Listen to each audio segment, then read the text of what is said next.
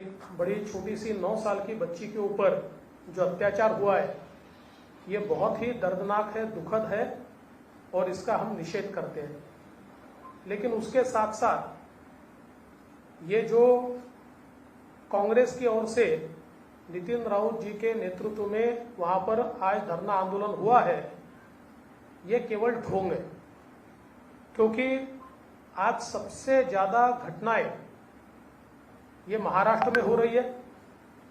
उसमें की किसी भी घटना के घटनास्थल पर डॉक्टर नितिन राऊत नहीं गए। उनकी सरकार महाराष्ट्र में वहां पर जाकर किसी परिवार को वो नहीं मिले, उन्होंने उस परिवार की आवाज को नहीं उठाया, अपनी सरकार के खिलाफ एक भी स्टेटमेंट नहीं दिया। तो आप उत्तर प्रदेश में जाकर आंदोलन करते हो, दिल्ली में जाकर आंदोलन करते हो और आपके नाक के नीचे महाराष्ट्र के अंदर दलितों के ऊपर अत्याचार बढ़ रहे हैं। विशेष रूप से दलित हमारे बच्चे जो है, बच्चियां जो है, उनके ऊपर अत्याचार हो रहे हैं, महिलाओं को जलाया जा रहा है। आज मैं प्रमुख रूप से अगर कुछ घटनाओं का उल्लेख करूं तो हर महीने में घटी हुई गंभीर घटनाएं, बाकी घटनाएं भी गंभीर है, लेकिन उसमें जो ज्यादा गंभीर घटनाएं उनका भी अगर मैं उल्लेख करूं तो 27 मई को नरखेड़ नागपुर में एक दलित जो युवक है उसकी हत्या की गई। 7 जून को पुणे में हत्या की गई। 27 अक्टूबर को कोल्हापुर में एक 20 वर्षीय बच्ची पर बलात्कार किया गया, उनकी हत्या की गई। पारोड़ा में एक दलित महिला पर बलात्कार किया गया। दिसंबर 2020 में जलगांव जिले में वापस इसी प्रकार की घटना हुई। फरवरी 2021 में सोलापुर में 16 साल की एक दलित बच्ची के ऊपर लड़की के ऊपर अत्याचार हुआ। जून 2021 में बिलवड़ी जामनेर में एक दलित लड़की के ऊपर अत्याचार हुआ। जुलाई में बुल्ढाना में एक दलित समाज की अपंग लड़की के ऊपर अत्याचार हुआ। 29 जुलाई को नागपुर के टिमकी परिसर में एक दलित तरुणी पर बलात्कार हुआ। 1 अगस्त को एक 35 वर्षीय महिला का खून कर दिया गया। 20 जनवरी को नांदेड़ में घटना हुई। 5 फरवरी को सिल्लोड में इसी प्रकार की घटना हुई। 17 फरवरी को डोंगरगांव औरंगाबाद में एक दलित समाज की माता और उनके बेटे को जिंदा जलाया गया। 14 मार्च को एक और औरंगाबाद में इसी प्रकार की घटना हुई। 25 मई को बाबुलगांव बीड़ में इस प्रकार की घटना हुई। 27 मई 2020 को चिखली बुल्ढाना में इसी प्रकार की घटना हुई। 19 मई को घनसावंगी में घटना हुई। 24 जून को सावरखेड़ा में घटना हुई। 25 जून को एक दलित हेडमास्टर को मारा गया। 25 अगस्त को शिरडी में एक दलित युवती को आत्महत्या करनी पड़ी क्योंकि उसको कुछ लड़के तंग कर रहे थे। 4 सितंबर को 2 दलित युवाओं की हत्या की गई। 11 नवंबर को लातूर में एक हत्या की गई। 9 दिसंबर को एक बिलोली में दिव्यांग दलित महिला के ऊपर बलात्कार किया गया। 11 दिसंबर को इसी प्रकार से भीड़ में एक घटना हुई। 21 जनवरी को एक नांदेड़ में एक अल्पवयीन दलित लड़की का बलात्कार भी हुआ और उसकी हत्या भी हुई। 8 फरवरी को जामनेर में 15 वर्षीय एक लड़के ने आत्महत्या की क्योंकि उसको जात के ऊपर चला गया। 19 फरवरी को लातूर में घटना हुई। 21 फरवरी को नांदेड़ में घटना हुई। ऐसे कई घटनाएं, मैं अगर उसकी लिस्ट आपके सामने रखूं तो बहुत समय उसमें जाएगा। ऐसी कई घटनाएं होने के बाद न तो इन घटनाओं के ऊपर कोई प्रतिक्रिया कांग्रेस की ओर से, नितिन राऊत जी की ओर से जताई गई, न उनको कोई मदद की गई, न उनके परिवार में वो गए। कुल मिलाकर केवल राजनीति के लिए दिल्ली में जाकर इस प्रकार का आंदोलन करना ये पूरी राजनीति है और इस प्रकार से ऐसी घटनाओं में भी राजनीति करना हम इसका निषेध करते हैं।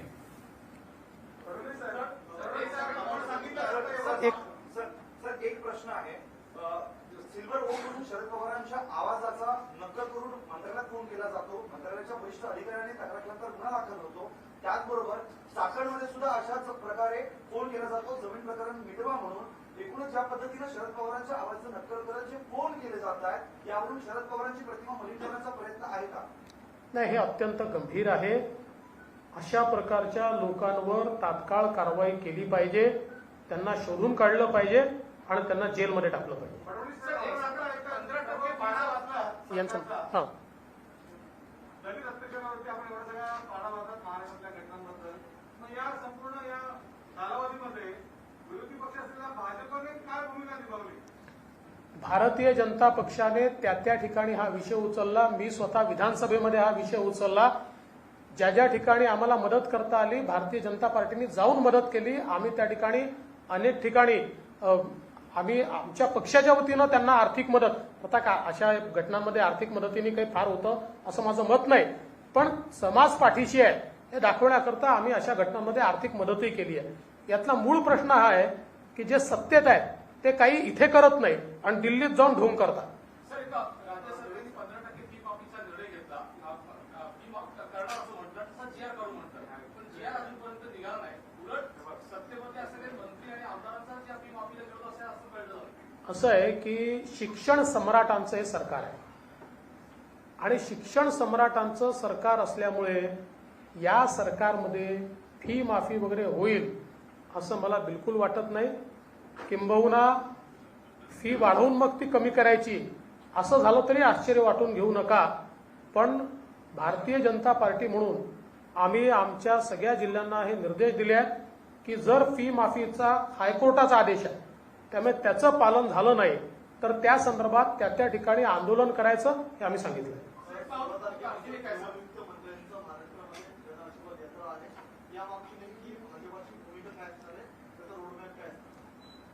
नवीन मंत्रिमंडळ झाल्यापासनं देशभरातल्या विविध भागातले विविध समाजाचे ज्या भागांना किंवा ज्या समाजांना तुलनेनं कमी रिप्रेझेंटेशन होतं अशा लोकांना आता मंत्रिमंडळामध्ये मोठ्या प्रमाणात रिप्रेझेंटेशन मिळालं आहे. आणि म्हणून हे जे काही रिप्रेझेंटेशन मिळालं आहे ते रिप्रेझेंटेशन मिळाल्याच्या निमित्ताने त्यांनी लोकांमध्ये जाऊन आशीर्वाद घ्यावेत. जन आशीर्वाद यात्रा लोकांशी त्यातनं संपर्क करावा, लाभार्थी जे आहेत योजनांचे त्यांना भेटावं आणि योजनांमध्ये काही अडचणी असतील तर त्या समजून घ्याव्यात. अशा प्रकारची या जन आशीर्वाद यात्रेच्या माध्यमातून ही पूर्ण देशभरातली योजना आहे. ज्या ज्या राज्यात नवीन मंत्री बनलेले आहेत त्या प्रत्येक राज्यातला हा नवीन मंत्री आपल्या अधिवेशन संपल्यानंतर घरी जायच्या आधी थेट लोकांमध्ये जाणार आहे आणि संपर्क करणार आहे. 20 तारखेला सोनिया गांधींनी जी बैठक बोलवली त्या बैठकीला मुख्यमंत्री उद्धव ठाकरे त्या बैठकीला जाणार आहेत. यामुळे असं वाटतं का की भाजप आणि शिवसेना पुन्हा एकत्र येण्याची आशा मावळली? नाही, अशी आशा होती का? नितीन राऊतांनी ज्या प्रकारे दिल्लीमध्ये आंदोलन केलेलं आहे मात्र महाराष्ट्रामध्ये अनेक जिल्ह्यांमध्ये दलितांच्या तक्रार सुद्धा ऐकून घेतली जात नाहीये. तर या संदर्भामध्ये भाजपा पुढील काळामध्ये ज्यांच्या तक्रार ऐकून घेतल्या नाहीत या संदर्भामध्ये काय नाही, आमची भूमिका आग्रहीच राहील. मात्र आत्ता महाराष्ट्रामध्ये लोकशाही बंद आहे. याचं कारण असं आहे की केंद्रातलं देशातलं अधिवेशन 25 दिवस चालू शकतं पण महाराष्ट्रात मात्र ते 2 दिवसाच्या वर चालू शकत नाही. अधिवेशन घेतलं तर त्यात प्रश्न विचारायचे नाही, लक्षवेधी विचारायच्या नाही, चर्चा करायच्या नाहीत, अर्धा तास चर्चा लावायच्या नाहीत. म्हणजे लोकशाहीचे दरवाजे बंद केले आहेत. लोकशाहीच्या मार्गाने ज्या ठिकाणी हे विषय उचलले गेले पाहिजेत ती दालनच बंद करून ठेवण्याचं काम महाराष्ट्रात झालेलं आहे. सर एक प्रश्न आहे. सर एक प्रश्न आहे. आता ज्या भूमीमध्ये आहात त्या भूमीमध्ये एक ज्वलंत प्रश्न आहे आणि तो खूप मोठ्या प्रमाणामध्ये गाजतोय. तो आहे आंतरराष्ट्रीय विमानतळाचा नामकरणाचा मुद्दा.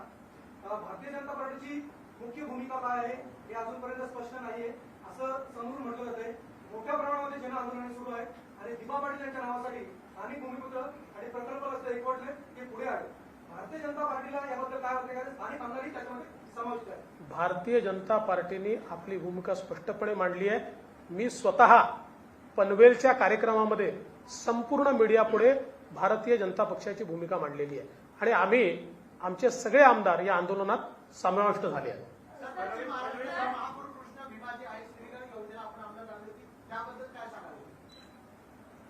असं आहे की वारंवार कोल्हापूर, सांगली या सगळ्या भागामध्ये पुराचं जे संकट येतं हे जर दूर करायचं असेल तर आपल्याला डायव्हर्शन कॅनलच्या माध्यमातून पुराचं पाणी कृष्णा भीमा स्थिरीकरण योजना आणि अजून अशा 1-2 योजनांच्या माध्यमातून ते दुष्काळी भागामध्ये न्यावं लागेल.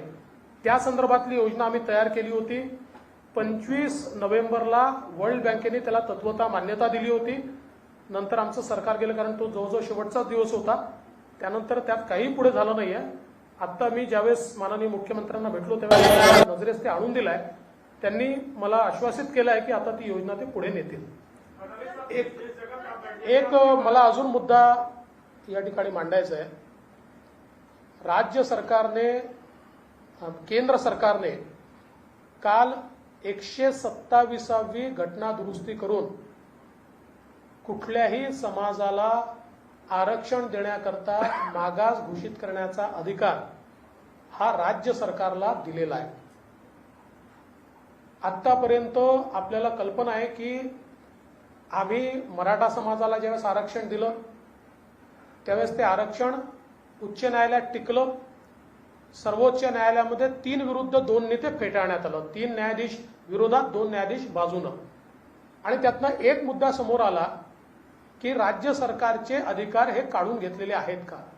तिथे सर्वोच्च न्यायालयामध्ये केंद्र सरकारच्या वतीनं अटॉर्नी जनरल आणि सॉलिसिटर जनरल दोघांनी भूमिका मांडली की हे काढलेले नाहीत आणि आम्ही तसं पटलावर सांगितलेलं आहे.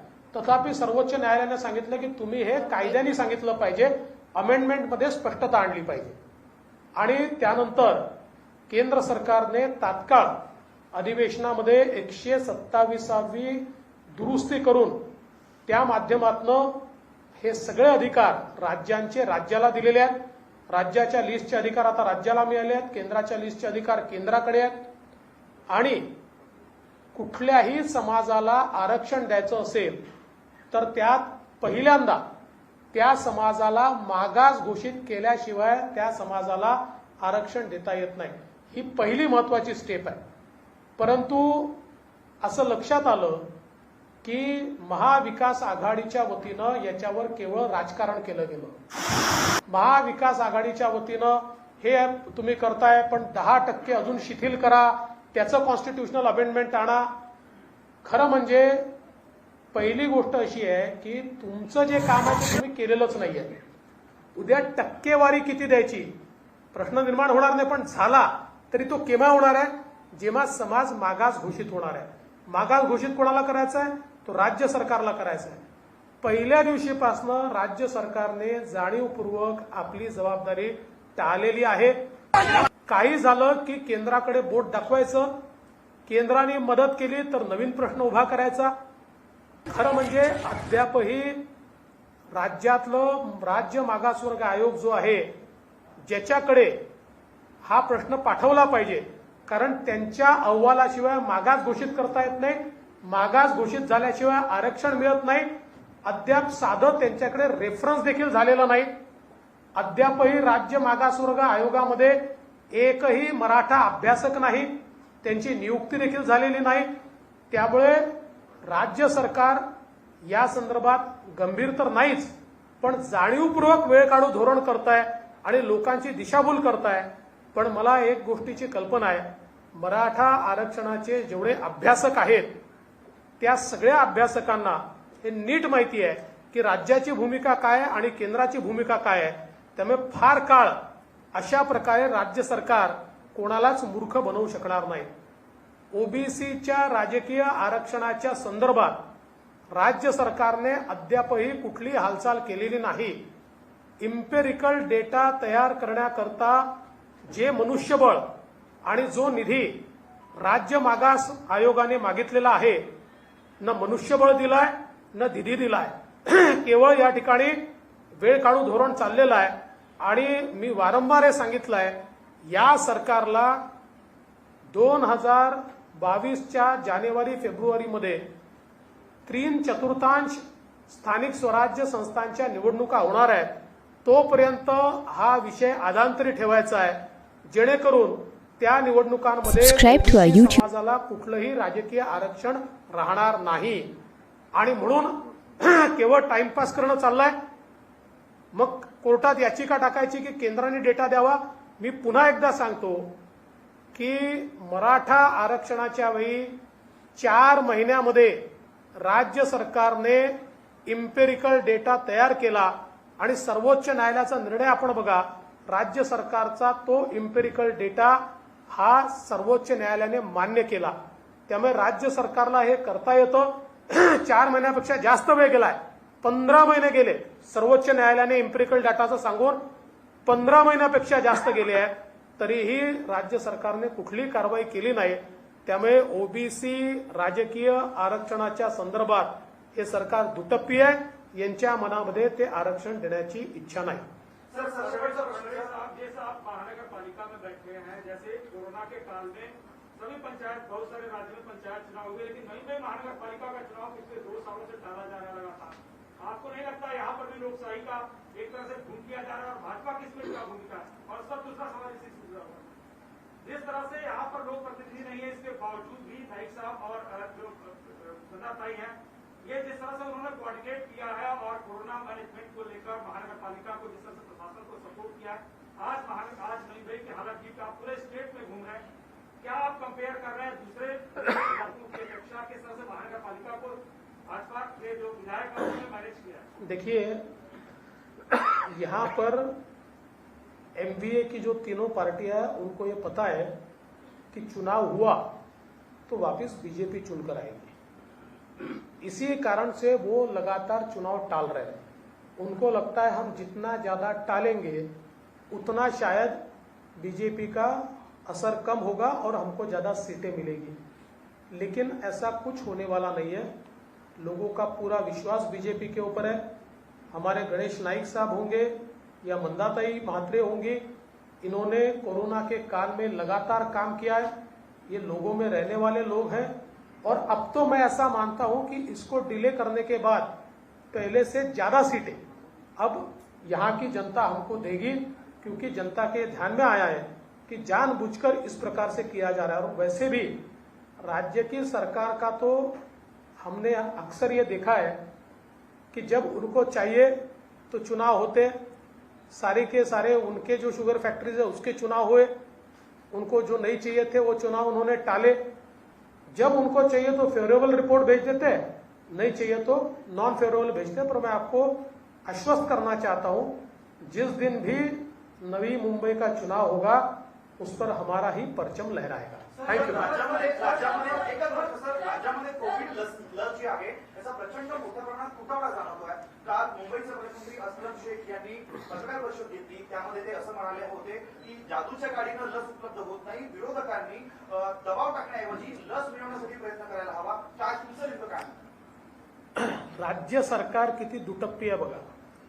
एकीकडे जाहिरातबाजी करतं की देशात सर्वाधिक लसीकरण आम्ही महाराष्ट्रात केलं होतं. मग या लसी कुठनं आल्या?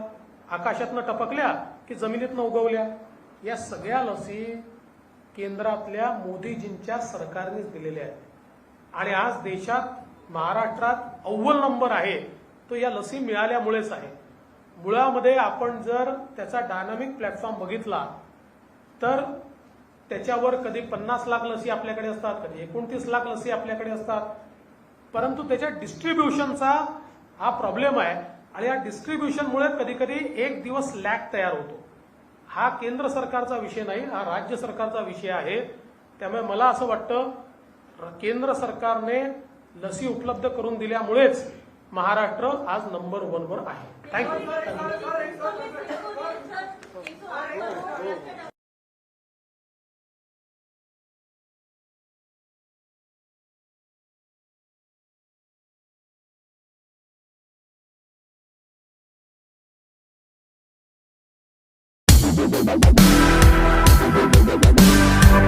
Thank you.